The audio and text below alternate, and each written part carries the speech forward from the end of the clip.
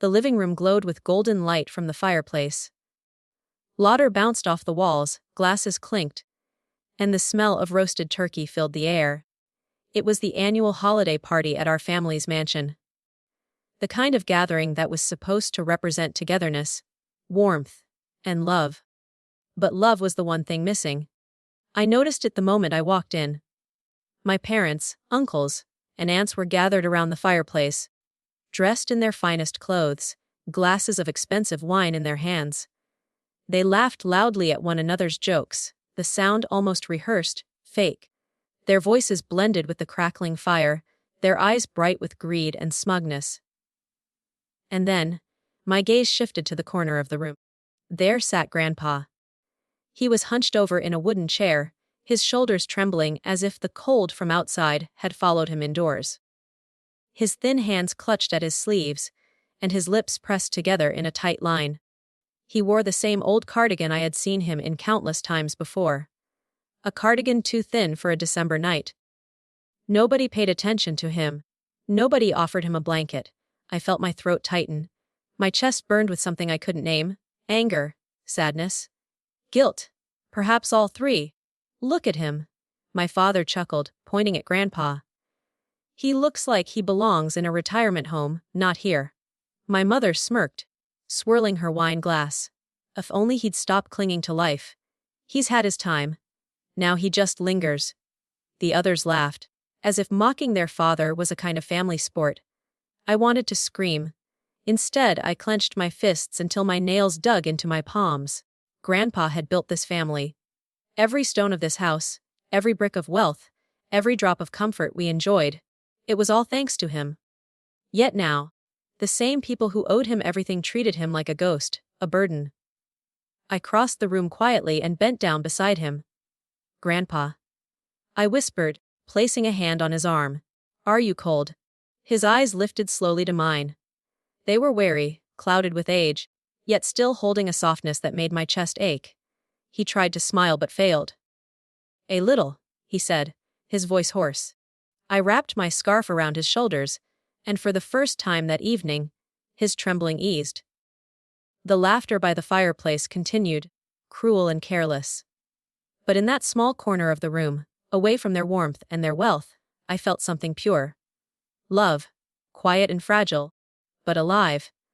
Later that night, after most of the guests had left, I found Grandpa sitting alone in the small study, staring at the fire that had nearly died out. I slipped in silently and sat beside him. You didn't have to give me your scarf, he murmured, not looking at me. You were shivering, I said firmly. They didn't notice, or maybe they didn't care. But I did. He turned to me then, his lips parting as if to say something, but no words came. Instead, he sighed, his shoulders slumping. Do you know what hurts the most? He asked softly. Not the cold. Not the weakness in my bones. It's this emptiness. I gave them everything. I worked day and night to make sure they never went hungry, never felt poor, never suffered as I did, and yet, his voice cracked. They laugh while I freeze. I swallowed hard. They don't deserve you. He chuckled bitterly. But they think they deserve everything from me. The land, the money, the name. They forget that wealth means nothing if the soul is rotten. There was a pause. Then he leaned closer, his voice dropping to a whisper. I haven't told anyone this, but I'm not as powerless as they think. I still have choices to make. A legacy to leave, and I will not leave it in the hands of snakes. My heart skipped. What do you mean? You'll see, he said, patting my hand with surprising strength. But promise me, child, promise me you'll never forget what real family means. It isn't the house, or the money, or the name. It's the kindness you show when no one else will. I nodded, my throat tight. I promise.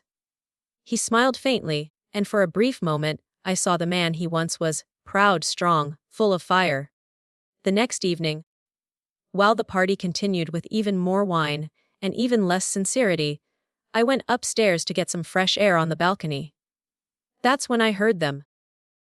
My parents and my uncle were gathered in the study below, their voices carrying through the thin walls.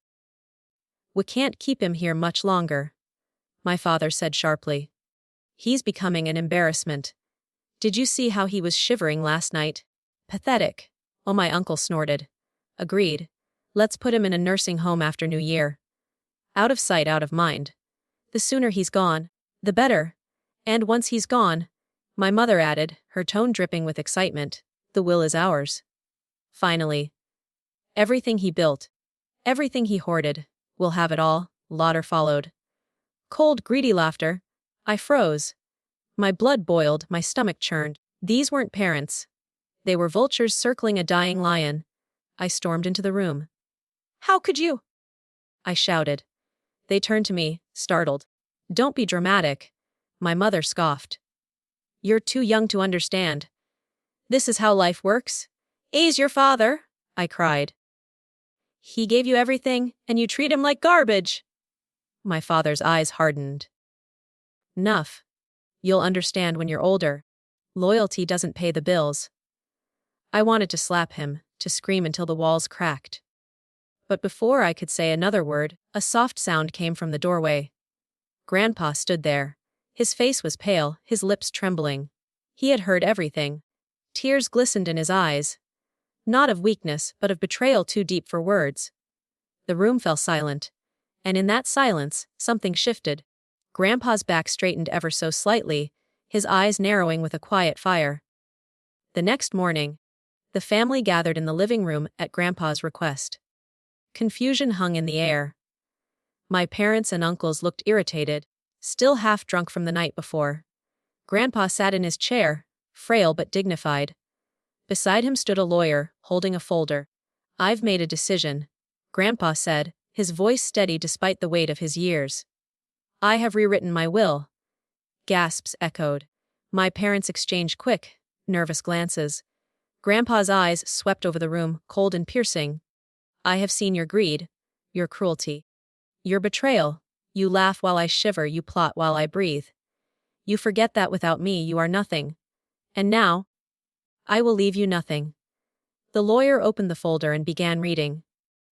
With immediate effect, the majority of the estate, the house, the land, the assets, will be transferred to my grandchild, the only one who has shown me love and loyalty. The room exploded. This is ridiculous. My father roared. You can't do this. My mother shrieked. My uncle slammed his fist against the table. You're senile. But Grandpa only smiled, the first genuine smile I had seen in years. It is done, he said calmly. You wanted me gone. Soon enough I will be. But before I leave this world, I will make sure that everything I built rests in the hands of someone who remembers what family truly means. Tears welled in my eyes as I reached for his hand. His skin was thin, his grip weak, but the warmth I felt then was stronger than any fire. I looked at my parents, their faces twisted with rage and humiliation. You laughed while he froze, I said, my voice steady. But I stood by him. And now, I'll carry forward his legacy, not of wealth, but of love. That's something you'll never understand. The room went silent. The fire crackled. And in that silence Grandpa leaned back, his eyes closing briefly, his lips curving into a soft smile. For once, he wasn't shivering. He was warm.